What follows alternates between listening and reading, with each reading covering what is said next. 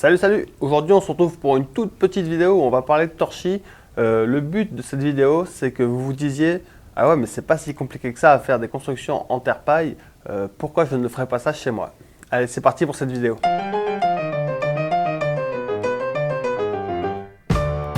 Alors première chose, prenez la terre de votre jardin.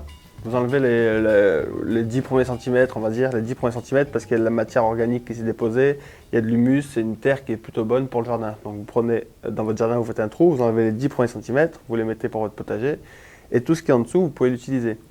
Alors ce qu'il faut essayer de faire, c'est de voir si avec la terre de votre jardin, un peu humide, légèrement humide, pas trop non plus, hein,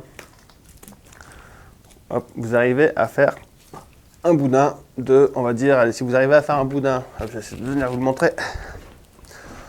En gros, si vous arrivez à faire un boudin, bon, il n'est pas très joli, mais c'est pas très important, qui fasse à peu près 7-8 cm, ah ben c'est bon, vous pouvez faire des constructions en torchis.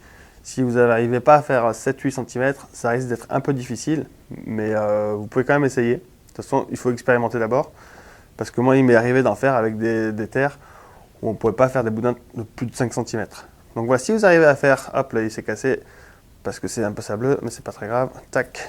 Si vous arrivez à faire ça avec votre terre quand elle est à peine humide, vous essayez plein d'humidités différentes, si vous arrivez à faire ça, c'est bon, vous pouvez faire des constructions en torchis. Donc ce qu'il faut faire, vous prenez un récipient, vous mettez de la terre avec un peu d'eau, vous mélangez tout ça pour faire un peu comme une espèce de... comme une pâte à crêpes, mais un peu plus épaisse quand même, hein, plus épaisse que la pâte à crêpes. Vous mélangez tout ça dans votre brouette, dans votre poubelle, dans votre vieille baignoire, peu importe. Vous enlevez les cailloux s'il y en a. Tac. Ensuite, vous prenez de la matière fibreuse comme ça. Donc là, c'est du foin. Mais ça peut être tout un tas d'autres choses. On mélange avec la terre. Hop. Et on va essayer de faire un truc. Donc au préalable, ici j'ai construit une structure pour pouvoir accrocher mon torchis. Le torchis en fait c'est quelque chose que l'on accroche. Donc ça peut être soit une planche avec des clous, ça peut être soit plein de bouts de bois, ça peut être un grillage, ça peut être tout ce qui va nous permettre de nous accrocher. Donc là c'est des fers à béton, en fait j'avais une grande structure en fer à béton que j'ai accroché ici pour faire une cloison. Mais après c'est plus joli si on a des bouts de bois, enfin bref. De toute façon, à la fin, on ne le verra plus vu que ça sera emballé dans de la terre et de la paille. Donc là, l'idée, ça va être de faire comme un espèce de boudin. Il y a plusieurs façons de faire. Je vous montre ma technique que j'utilise le plus souvent. Et c'est aussi une technique qui est très simple, facile à expliquer. Voilà. Donc plus on aura des fibres longues, plus on pourra faire des grands boudins en terre paille. Donc voilà, j'ai fait un boudin là vite fait. En gros, ce qu'il faut faire, c'est que quand on le secoue comme ça, qu'il tienne bien, quand on fait ça, la partie du bas se décroche, c'est qu'il n'est pas assez costaud. Une autre chose à faire aussi, c'est regarder à l'intérieur. Hop. Et il faut que tout soit rempli de terre. Si à l'intérieur on ouvre et que c'est que de la paille ou que du foin sans terre, c'est que c'est pas terrible. Donc voilà. Voilà. Déjà chez vous, vous pouvez faire juste ça. Même si vous n'avez pas de structure, rien du tout. Vous le posez quelque part dans la maison, vous pouvez le faire un peu plus joli, vous pouvez faire un serpent, vous pouvez faire un rond, vous pouvez faire n'importe quelle forme avec, une fois que vous l'avez, une tasse, ce que vous voulez. Et vous le mettez quelque part dans votre maison, vous le laissez comme ça pendant 2 mois, allez, même 1 mois ça suffit. Et vous venez le voir au bout d'1 mois et vous voyez si c'est quelque chose qui est devenu vraiment costaud, qui a durci. Et si c'est le cas, vous savez que vous pouvez faire des constructions en terre. Donc ensuite, ce petit boudin, je vais l'accrocher donc dans la continuité de ce mur, hein, sur ma structure en métal. La technique pour l'accrocher, normalement on fait du bas vers le haut, comme ça on le pose sur ce qui est en bas. Mais là pour vous montrer, je vais faire un peu différemment. Donc on l'attrape à la structure, on fait le tour de la structure, hop.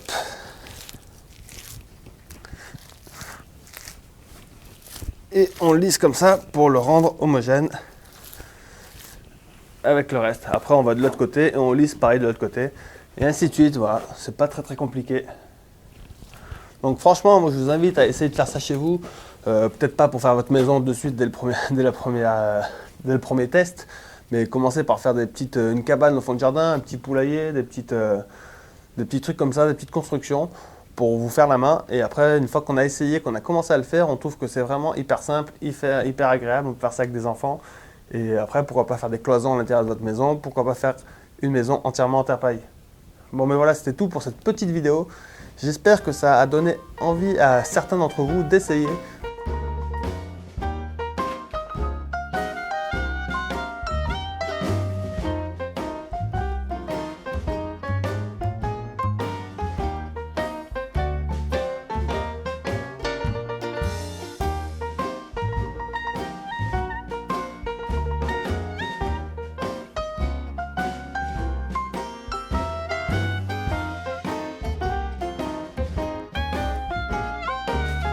Sur les images que vous voyez à l'écran, le torchis n'est pas du tout fini, hein, il n'est même pas sec, on n'a pas fait les enduits de finition, donc il y a encore beaucoup de boulot. On verra ça dans une autre vidéo. Et puis en attendant, je vais regarder un petit peu la téloche.